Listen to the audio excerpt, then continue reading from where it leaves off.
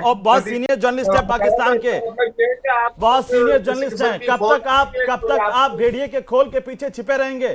कब तक आप ये कहकर के दहशतगर्दी भारत में फैलाते रहेंगे? ये हर भारतीय का सवाल है सर, और इस लिहाज से मैं आपसे जानना चाह रहा हूं। मुझे सीधा सा जवाब दीजिए ना, आप मुझे सीधा सा जवाब दीजिए। आपके 7 लाख फौजी वहां क्या कर रहे हैं? और फिर जब ये हमला पहलगाम का हो गया, उसके 5 मिनट के बाद आपके पूरा मीडिया और आपकी हुकूमत नहीं, के हम ये अधिकारी आपसे पूछ करके रखेंगे कि हम कितने फौजी, अपने कितने फौजी कहां पर रखें। वो हमारी जमीन है, हमारी धरती है, हमारा दिल है सर। और हम तो आपसे ये पूछना चाह रहे हैं कि आप जो पाक ऑक्यूपाइड कश्मीर है, जिस पर आपने कब्जा करके के बैठे हुए हैं, वो कब तक आप छोड़ेंगे सर? अधूरा छोड़ के वापस आ गए। मणिपुर में क्या कुछ होता रहा मुसलसल में, हमें तो सब पता है ना। नागालैंड का पता है, मणिपुर का पता है। आप लोगों को क्या इंटरेस्ट है? ब्रिगेडियर विनोद दत्ता आपसे कुछ कहना चाह रहे हैं, एक मिनट सुन लीजिए सर। नईम खोखर साहब, मैंने आपसे सवाल किया, आपने उसका जवाब नहीं दिया।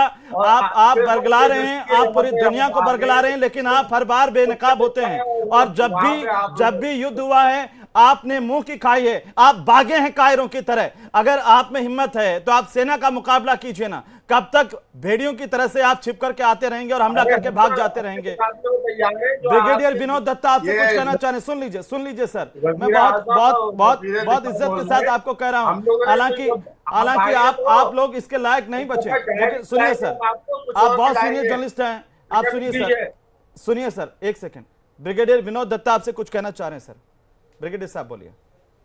जी बोलिए।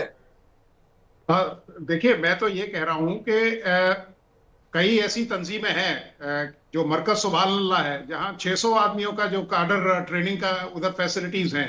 आप ये देखिए, हाफिज सईद को जिस तरह से वहां ट्रीटमेंट दिया जा रहा है, जिस तरह से फंडिंग दी जाती है, जिस तरह से वो सियासी हैं। तो भाई हम तो कश्मीर को ये समझते हैं आपने घासपाना कब्जा किया हुआ है। ये हल तलब मसला है, अक़वाम मुत्तहिदा के तहत करारदादें मौजूद है। आप लोग तो कब्जा करके बैठे हुए हैं इसमें।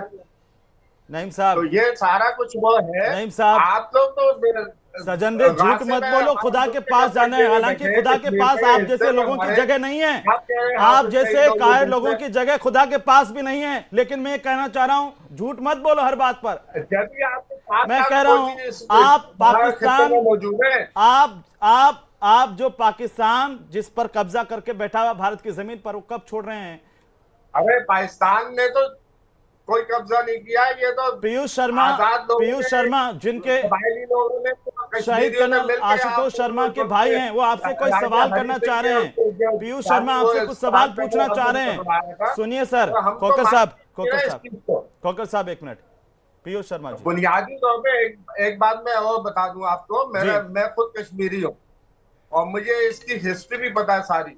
तो कश्मीर के हवाले से पता है, पूरी दुनिया को पता है। ऑथेंटिक बात कीजिएगा, ऐसे नहीं कीजिएगा। मैं ऑथेंटिक बात कह रहा हूं सर, इसीलिए बोल रहा हूं। मेरे सवाल का जवाब दीजिए ना। आपकी आवाम से सीनियर जर्नलिस्ट अगर ये कहते हैं कि ये हमला फांसीवादी असीम मुनीर और उसकी सेना में साथियों ने अपने निजी हितों को पूरा करने के लिए किया, और उससे पहले असीम मुनीर की तकरीर पूरी दुनिया ने सुनी कि वो असीम मुनीर किस तरह के बयान दे रहे हैं, ये सबने सुना है। आप इसे इनकार नहीं कर सकते हैं। पीयूष शर्मा जी कुछ कहना चाह रहे हैं, जरा सुन लीजिए सर।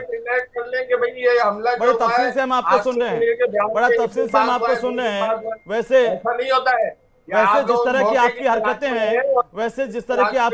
हैं, और आप मुंह की खाते रहे हैं, और आप इंटरप्रेट ना कीजिए, ऐसे मामला नहीं है।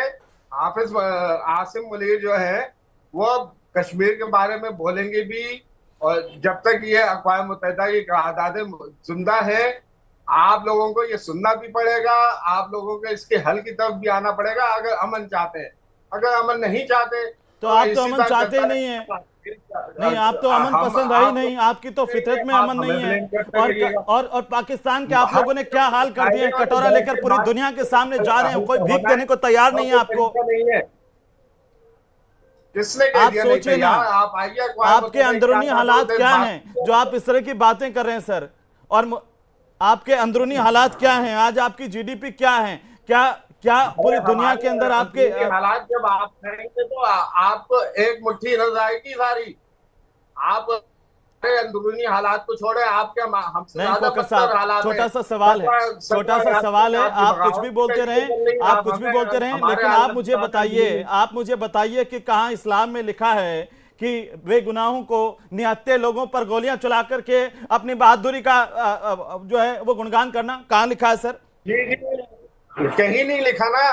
जो आपने 1986 से अब तक जो है 1 लाख से ज्यादा कश्मीरियों को शहीद किया है, उनकी औरतों को कहां से आंकड़े लाते हैं? कुछ भी नहीं कोकर, आप तो सीनियर जर्नलिस्ट हैं, मैं तो आपसे ऐसी ऐसी ऐसी उम्मीद करता नहीं था, लेकिन लगता है कि आप पाकिस्तान का नमक खा खा करके वैसे ही पाकिस्तान के जैसे ही हो गए हैं।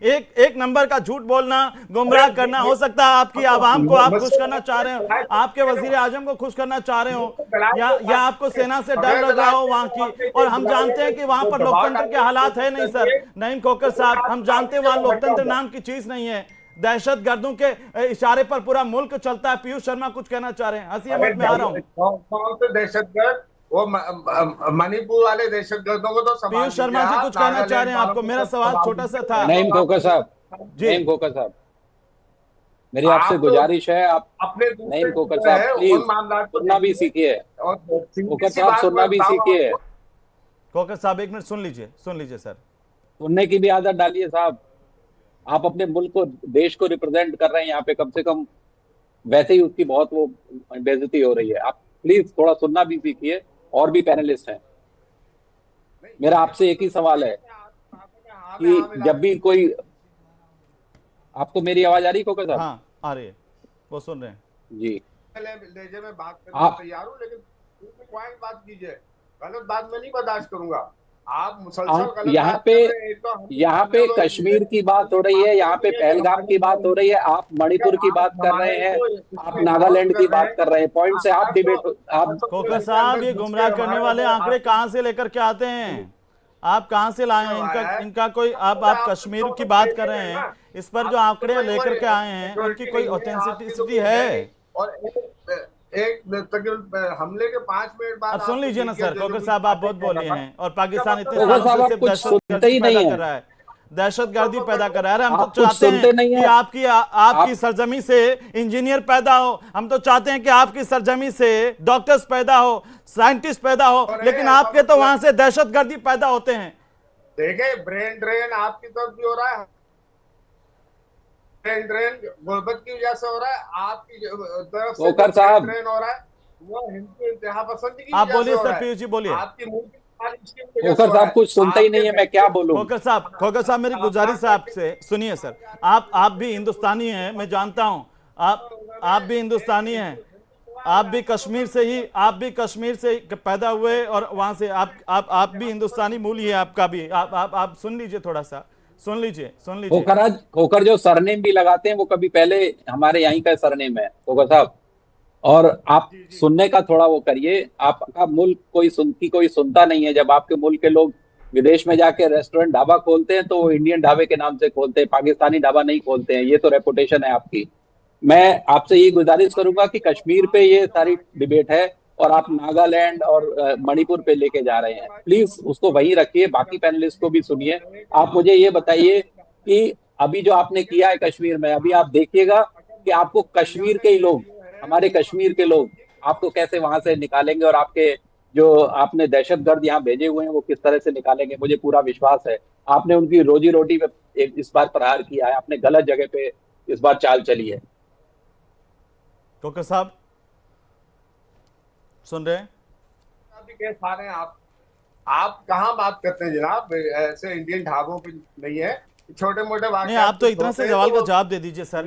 जो कश्मीर में घुस करके इन दहशतगर्दों ने किया वो जायज मानते हैं क्या आप? अब आप दूसरे सवाल